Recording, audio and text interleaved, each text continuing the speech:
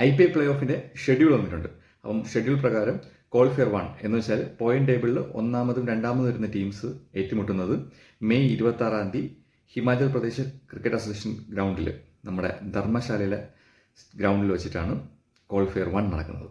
May 27 ആണ് eliminator എന്ന് പറഞ്ഞാൽ 3-ാം സ്ഥാനവും 4-ാം സ്ഥാനത്തും വരുന്ന ടീമുകൾ തമ്മിൽ മാറ്റൊരുക്കുന്ന മത്സരം. അത് നടക്കുന്നത് മെയ് 27 ന്യൂ ചണ്ഡീഗഡ്, പുതിയ സ്റ്റേഡിയം, നമ്മുടെ പഞ്ചാബിൻ്റെ മത്സരങ്ങൾ നടക്കുന്ന സ്റ്റേഡിയത്തിൽ വെച്ചിട്ടാണ്. ഇതേ സ്റ്റേഡിയത്തിൽ വെച്ചിട്ടാണ് മെയ് 29 ക്വാളിഫയർ 2 നടക്കുന്നത്. ക്വാളിഫയർ 2 എന്ന് പറയുമ്പോൾ എലിമിനേറ്റർ ജയിക്കുന്ന ടീമും ക്വാളിഫയർ 1 തോക്കുന്ന ടീമും തമ്മിൽ. അത് കഴിഞ്ഞിട്ട് ഫൈനൽ മെയ് 31 അത് വേറെ എടുത്തുമല്ല, നരേന്ദ്രമോദി ക്രിക്കറ്റ് സ്റ്റേഡിയത്തിലാണ്. അഹമ്മദാബാദ്, ഇന്ത്യയിലെ ഏറ്റവും വലിയ ക്രിക്കറ്റ് സ്റ്റേഡിയം. അവിടെ വെച്ചിട്ടാണ് ഫൈനൽ നടക്കുന്നത്. അപ്പം ഈ ഗ്രൗണ്ടുകളെയും വിട്ട് പിച്ചുകളെയും പറ്റി പറയുവാണെങ്കിൽ എനിക്കൊരു പ്രതീക്ഷയുള്ള ഒരു പിച്ച് എന്ന് പറയുന്നത് അത് ഹിമാചൽ പ്രദേശിലെ ധർമ്മശാലയിലെ പിച്ചാണ്. കുറച്ച് സ്പോട്ടി വിക്കറ്റ് ആയിരിക്കുമെന്ന് കരുതുന്നു.